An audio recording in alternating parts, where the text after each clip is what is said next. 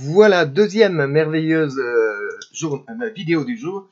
Une correction de l'exercice 3 que vous aviez à faire pour ce matin. C'est celui qui concerne la fonction arctangente. Alors, on vous demandait de faire deux choses dans cet exercice-là. La première chose, c'était de trouver la formule, enfin de retrouver la formule donnant le développement limité de arctangente. Et le principe est le suivant. On part de la formule que vous connaissez bien, donnant la dérivée. Donc, arctangente prime de x, c'est 1 sur 1 plus x2.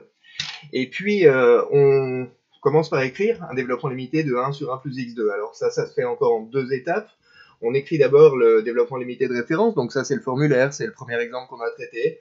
1 sur 1 moins x, c'est la somme. Alors c'est le DL le plus sympa en fait. C'est une somme, tous les coefficients sont égaux à 1, toutes les puissances de x sont représentées, donc 1 plus x2 plus xn plus petit o de xn.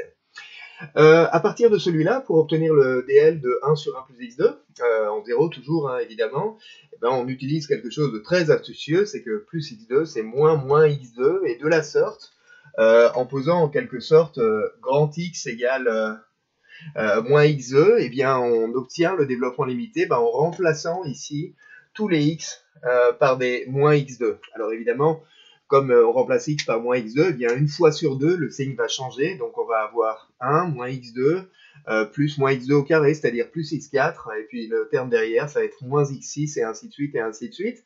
Et donc le terme général va être x à la puissance 2n, précédé d'un signe qui est plus ou moins, donc moins 1 puissance n. Plus quelque chose qui est négligeable devant x à la puissance 2n plus 1. Écrit sous forme de somme, ça peut donc s'écrire sous cette forme-là, c'est la même chose, hein, en plus rigoureux mais en moins explicite. Donc la somme pour k allant de 0 à n des moins 1 puissance k x puissance 2k, plus quelque chose qui est négligeable devant x à la puissance 2n plus 1. Pour avoir le développement limité de arctangente, en fait, pour passer de ici à ici, eh bien ce qu'on fait, c'est donc une intégration terme à terme, c'est-à-dire qu'on calcule la primitive de chacun des termes qui intervient dans le développement limité, et puis en rajoutant a priori ici une valeur qui est la constante d'intégration, mais la constante d'intégration c'est arctangente de 0, et arctangente de 0 c'est égal à 0, comme vous le savez. Voilà comment on fait. Donc pour passer de cette expression à celle-ci, en fait, on utilise juste le fait que une primitive d'une somme, on l'obtient en faisant la somme des primitives de chacun des termes, et une primitive de x à la puissance 2k, c'est simplement x à la puissance 2k plus 1 sur 2k plus 1. Donc voilà comment on obtient le développement limité en 0 de arctangente, qui est donc cette formule-là. Par ailleurs, le développement limité de arctangente est donné par la formule de Taylor. Et oui, la formule de Taylor, elle s'applique toujours à arctangente, qui est de classe C infini sur R, donc en particulier en 0.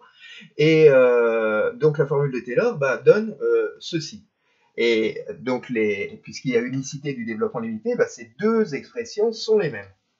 Alors, pour avoir la réponse à la dernière question de l'exercice, en fait, où on vous demandait quelle est la valeur de la dérivée 2019e de arctangente en 0. Donc, ce qu'on vous demandait, voilà, c'était ça, c'était arctangente, la dérivée 2019e en 0. Et en fait, on l'utilise en faisant l'identification entre les deux termes qui sont ici. C'est-à-dire que cette dérivée 2019e, c'est celle qui correspond à k égale, k égale 1009 dans cette formule.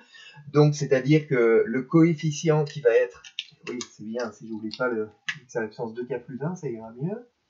Donc, le coefficient qui va être le coefficient devant x à la puissance 2019 dans cette histoire, c'est donc la dérivée 2019e en 0 sur factoriel 2019,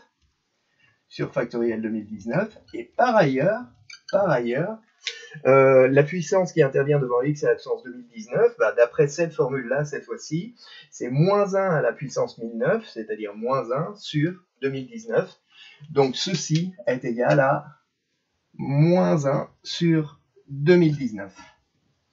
Et donc, on en déduit la valeur de cette dérivée 2019e en 0.